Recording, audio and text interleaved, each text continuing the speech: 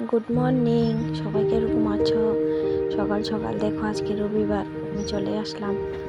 দেখো, প্রথমে বাসি কাজগুলো সব একে একে করে নেব, কাপড় টাপড় সব গুছিয়ে নেব, তারপর রান্না বান্না করব। আগে ঘরে সব কাজ গুছিয়ে নেব সুন্দর করে। এখন ঝাড়টা দিয়ে নিচ্ছি, তারপর ঘর মুছে নেব, মুছে টুছে এখন রান্নাঘরের দিকে যাব। আমি এখানে রান্নাও বসিয়ে দিলাম, ভাত নামালাম, তারপর মাছ পেঁয়াজি করবো।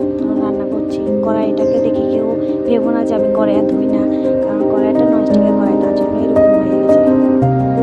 আস্তে আস্তে রান্না করে নিয়েছি। এখন আবার ছেলের স্কুলও আছে, আর্ট স্কুল আছে,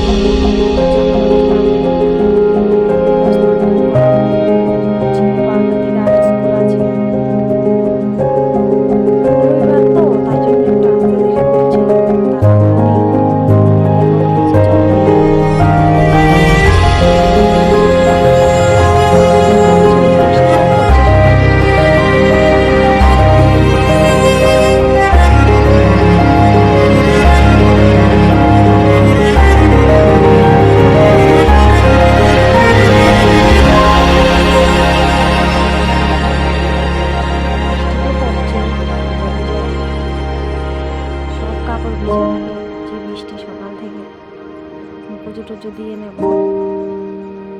রবিবার তো আস্তে ধীরে কাজ করি, চলে ভাবে। তারপরও 12টার দিকে স্কুল আছে, তাড়াহুড়োই করি।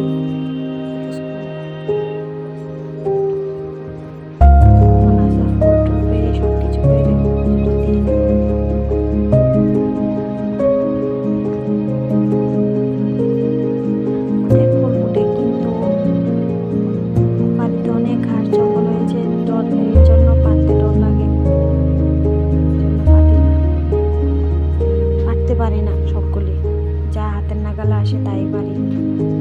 সব ঠাকুরগুলোকে স্নান টান করে নিলাম, তুলসী পাতাগুলো দিয়ে দিচ্ছি।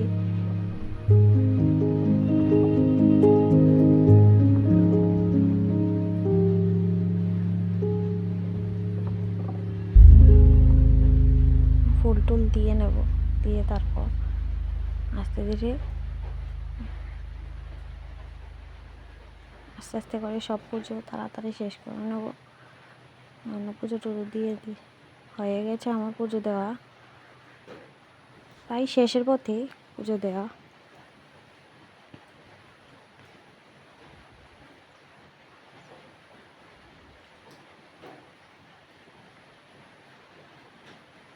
এখন সব ঘরে ধূপ দেখিয়ে নেব, বাইরে তুলসী তলায়, তারপর ঘরে সবখানে ধূপ দেখিয়ে নেব।